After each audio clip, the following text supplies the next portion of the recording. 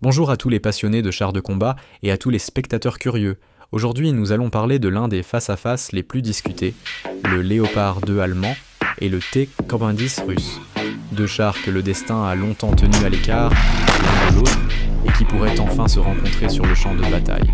Même si les duels de chars au sens Seconde Guerre mondiale sont très rares de nos jours, le sujet de leur confrontation suscite énormément d'émotions, de rumeurs et parfois donne naissance à de véritables scénarios de science-fiction. Mais nous nous intéresserons aux caractéristiques réelles et au vécu opérationnel. Et je ne vais pas vous le cacher. Dans ce comparatif, ma préférence va au Léo 2, car la conception occidentale moderne des chars donne aux chars allemands un sérieux avantage. Toutefois, cela ne veut pas dire que le T-90 est un outsider sans espoir. C'est une machine tout à fait redoutable, qui a quand même des arguments à faire valoir. Passons donc tout cela en revue. Un peu d'histoire, du T-72 à nos deux adversaires. Tout a commencé au début des années 1970, quand l'Union soviétique a mis en service le T-72, un char qui a fait l'effet d'une véritable bombe dans le milieu de la construction de chars. Les Occidentaux ont compris. Nous avons besoin d'une réponse à la hauteur. Ainsi, en Allemagne, parallèlement aux autres pays de l'OTAN, on a commencé à imaginer et développer un nouveau char de combat. À l'époque, la Bundeswehr utilisait le Léopard 1, qui était certes un bon char, mais pas assez mordant face au T-72 soviétique. Et puis le canon du Léo 1 était de 126 mm, alors que le T-72 montait déjà à 126 mm. C'est ainsi qu'est né le Léopard 2, et il ne s'agissait pas d'une simple amélioration du Léopard 1 à coup de lime, mais bien d'une nouvelle plateforme. Parallèlement, les États-Unis développaient aussi leur propre projet, celui qui devint plus tard l'Abrams, mais aujourd'hui, nous nous concentrerons sur le char allemand. Le Léopard 2 est entré en service en 1979. Il a ensuite été modernisé à de multiples reprises, renforçant son blindage et son électronique, devenant toujours plus lourd et plus dangereux. Pendant ce temps, en Russie, alors encore en URSS, dans les années 1980 et au début des années 1990, on construisait de nouveaux chars et on modernisait les T-72 pour améliorer leur protection et leur puissance de feu. Cela a abouti à la série qui a reçu l'appellation T-90, officiellement adoptée en 1992. Ironie du sort, tous deux sont nés du besoin de surpasser le T-72. Sauf que le Léopard 2 a été conçu par des ingénieurs occidentaux face à la menace soviétique, tandis que le T-90 a été développé par les Russes eux-mêmes en améliorant leur T-72 maison. Masse et dimension, quand les tonnes en trop posent problème. Le T-90 affiche un poids de départ d'environ 46 tonnes selon la version. En URSS, on construisait les ponts pour supporter jusqu'à 50 tonnes, il fallait donc éviter tout surplus inutile. De son côté, le Léopard 2 avait dès le départ été pensé pour tourner autour de 50 tonnes. Mais les ingénieurs allemands se sont dit « Et si on renforçait encore le blindage, qu'on ajoutait divers équipements ? Tant pis pour la prise de poids. » Résultat, sur les versions modernes, le Léo peut atteindre 65-66 tonnes. Évidemment, ce n'est pas une plume. D'un côté, plus de blindage, c'est super, on augmente les chances de survie.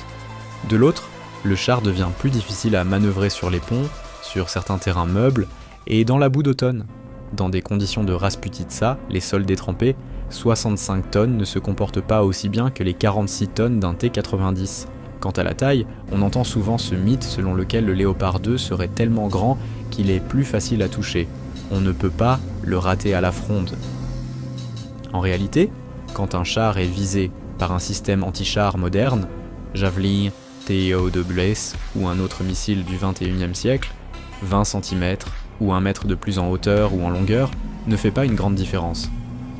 Le projectile ne se guide pas avec un œil humain, mais avec une tête chercheuse qui ne demande pas les mensurations de la cible. Moteur, l'ancienne école face aux solutions modulaires. Ici, l'histoire est encore plus intéressante. Sous le capot du T-90, on retrouve un diesel ancien mais éprouvé de la famille VC2 qui remonte, eh oui, au fameux moteur du T-34 de la Seconde Guerre mondiale. Bien sûr, on y a apporté de nombreuses améliorations au fil des décennies.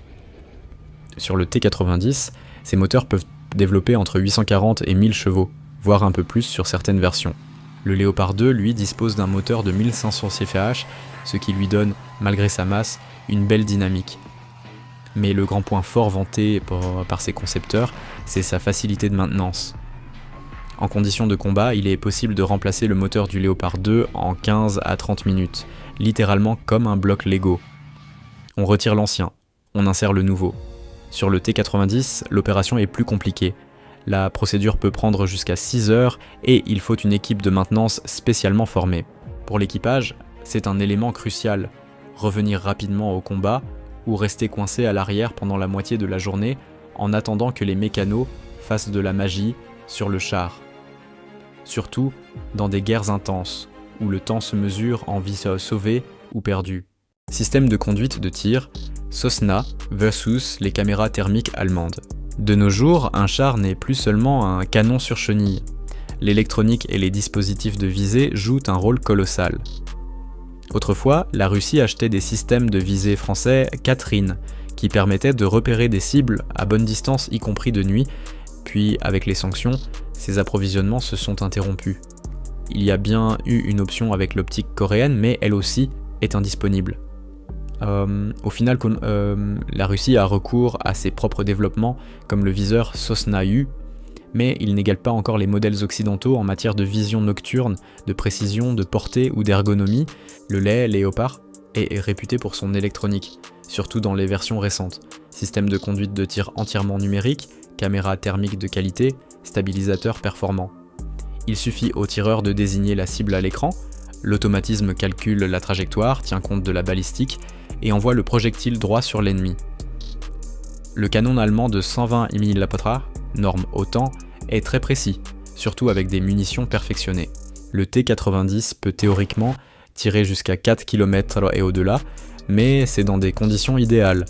En pratique, surtout sans de bons viseurs thermiques importés, voir clairement une cible à longue distance devient problématique. De plus, le Léopard 2 reconnaît efficacement les différents types de cibles. Chars, camions, pièces d'artillerie ou simple leurre, il saura faire la différence et engager la bonne cible.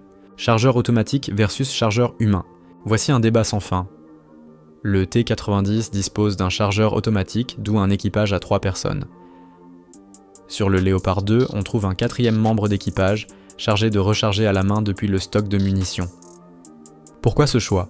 La plupart des écoles occidentales de conception de chars préfèrent un chargeur humain pour plusieurs raisons. Un membre d'équipage de plus, c'est aussi une paire de mains et d'yeux supplémentaires. Il peut aider à réparer le char sur le terrain, aider le chef de char, évacuer un camarade blessé, etc. 2. Si le chargeur automatique tombe en panne, le char devient un coup unique, il n'a plus qu'un seul obus dans le canon, puis c'est la pause T. Sur le Léo 2, on peut continuer à tirer tant que le chargeur a la force de manipuler les obus. 3. Dans la tourelle du T90, le système de chargement stocke les munitions assez près de l'équipage. En cas de détonation, les chances de survie des tankistes sont quasi nulles, alors que sur le Léopard, le compartiment de munitions est placé à l'arrière de la tourelle avec des panneaux explosifs. En cas d'explosion du stock, le souffle part vers l'extérieur, pas vers l'équipage. Les chances de survie sont bien plus élevées. Bien sûr, le chargeur automatique a aussi ses avantages. On peut tirer plus rapidement et sans se fatiguer à trimballer des obus lourds. Mais comme on l'a vu, dans de nombreux pays occidentaux, on a fait un choix différent. Blindage et protection de l'équipage, qui est le plus solide. On considère en général que le blindage frontal de ces deux chars offre un niveau de protection comparable. Toutefois, le Léopard 2 moderne, notamment les variantes 2A6, 2A7, a encore renforcé son blindage, pas seulement sur l'avant de la tourelle, mais aussi sur les flancs. Les détails précis de la composition de ce blindage demeurent secrets. Le T90 dispose lui aussi d'un blindage multicouche et de briques de blindage réactif, contact, relict, etc., capables de contrer partiellement les charges creuses et les obus flèches. Mais si un projectile frappe la soute à munitions du T90, il y a souvent explosion du stock, emportant l'équipage avec. C'est un problème ancien des chars soviétiques, puis russes, avec chargeur automatique, où une partie des obus se trouve dans une carrousel sous la tourelle. Cela relève alors d'une dure loterie. Si la pénétration se produit pile à l'endroit du stock de munitions, la probabilité de survie chute à 0. Dans le Léopard 2, la sécurité de l'équipage a été pensée dès le départ. En cas d'explosion, les obus partent à l'extérieur via les panneaux éjectables, pas dans l'habitacle. Sur le terrain, on a pu observer que le Léopard pouvait encaisser plusieurs coups de RPG et autres lance-grenades. Tout dépend évidemment de la distance, du type de projectile et de nombreux facteurs. Mais les statistiques démontrent que l'équipage d'un char allemand a nettement plus de chances d'en réchapper si le blindage est percé. Sur le terrain, le combat char contre char, un cas rare, en dépit du grand intérêt pour l'éventuel duel direct Léopard 2 versus T-90, la réalité de la guerre montre que les affrontements un char contre un char sont peu fréquents. Le plus souvent, les blindés sont détruits par l'artillerie, l'aviation, les hélicoptères, les SI, les drones ou toutes sortes de systèmes anti-chars. La plupart des batailles de chars épiques du XXIe siècle se concluent sans vrai duel frontal. Un exemple souvent cité est la bataille près de Vuhledar début 2023. Les brigades russes y ont perdu de nombreux véhicules, mais essentiellement à cause de l'artillerie et des équipes anti-chars ukrainiennes. Les chars ukrainiens ont à peine participé au combat, et pas dans des affrontements en face à face. Ceci dit, avec l'arrivée des Léopard 2, Challenger et autres chars de pointe occidentaux en Ukraine, il reste toujours la possibilité qu'un duel frontal ait lieu quelque part. Théoriquement, le T-90 devrait être l'adversaire tout désigné. Mais il se peut que le T-90 ne puisse même pas s'approcher à bonne portée. Le Léopard 2 voit plus loin grâce à ses capteurs et sa précision au tir à l'arrêt est supérieure. Statistiquement, le char allemand a donc plus de chances de repérer le T-90 en premier, d'ajuster son tir et de tirer en premier. Canons et munitions, 120 mm Pratt contre 125 mm. Le T-90 est équipé d'un canon lisse de 125 mm, le Léopard 2 d'un 120 mm. Sur le papier, le canon russe est d'un calibre légèrement supérieur, mais la clé réside surtout dans la qualité des munitions. Si l'armée russe dispose d'obus flèches, APFSDS, récents et performants, cela augmente les possibilités de percer le blindage du Léopard 2, mais la quantité de ces munitions avancées peut être limitée. Le T-90 est une machine respectable, mais il repose sur une modernisation en profondeur du T-72. Ses points forts et ses limites sont issus de cet héritage soviétique. Il est compact, maniable, relativement simple à produire et à entretenir. Mais il pâtit d'une visibilité limitée, de systèmes de visée quelque peu dépassés, surtout sans composants importés, et du fameux souci de la vulnérabilité des munitions stockées sous la tourelle. Cependant, il ne faut pas oublier qu'au combat, la tactique et l'entraînement des équipages pèsent souvent plus lourd que la fiche technique. Comme le disent les tankistes, ce ne sont pas les chars qui gagnent, ce sont les hommes dans les chars. Si l'équipage bénéficie d'une bonne coordination, d'une excellente formation, d'un soutien efficace de l'artillerie et de l'infanterie, et qu'il choisit le bon moment et le bon obus, alors même un char aux spécifications moins impressionnantes peut s'avérer redoutable. Les Allemands, et plus largement l'OTAN, disposent d'un éventail de munitions très performantes, y compris des projectiles à cœur en uranium, capables de percer des blindages imposants.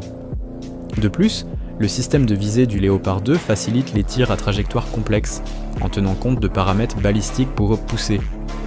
En fin de compte, tout dépendra de la disponibilité de ces obus au moment voulu et du contexte tactique. Bilan et conclusion, qui est le plus fort? Une question délicate, mais d'un point de vue technique et au vu des informations dont nous disposons aujourd'hui, il est clair que le Léopard 2 dépasse le T-90 sur de nombreux plans.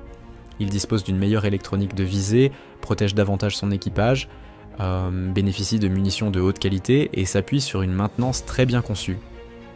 Conçu à l'origine pour contrer les armées blindées soviétiques, il n'a cessé de s'alourdir littéralement et figurativement au fil des modernisations, gagnant en automatisation et en robustesse.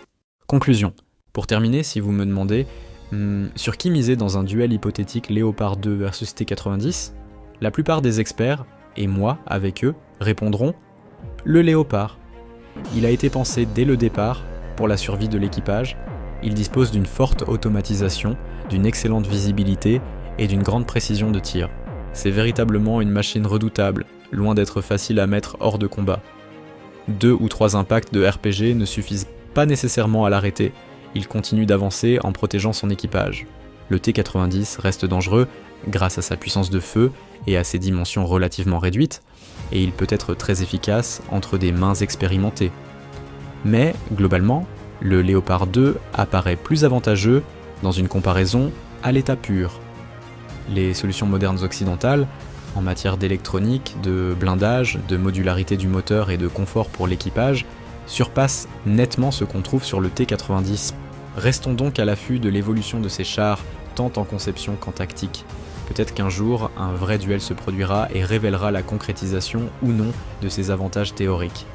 En attendant, rappelons-nous que seule l'épreuve du terrain montre la véritable valeur d'un char, et qu'il est capital de donner aux équipages toutes les chances de rentrer vivants. Merci d'avoir regardé jusqu'au bout. Si vous voulez d'autres comparaisons de ce genre, laissez un j'aime, écrivez un commentaire et proposez de nouveaux sujets. Prenez soin de vous et à bientôt.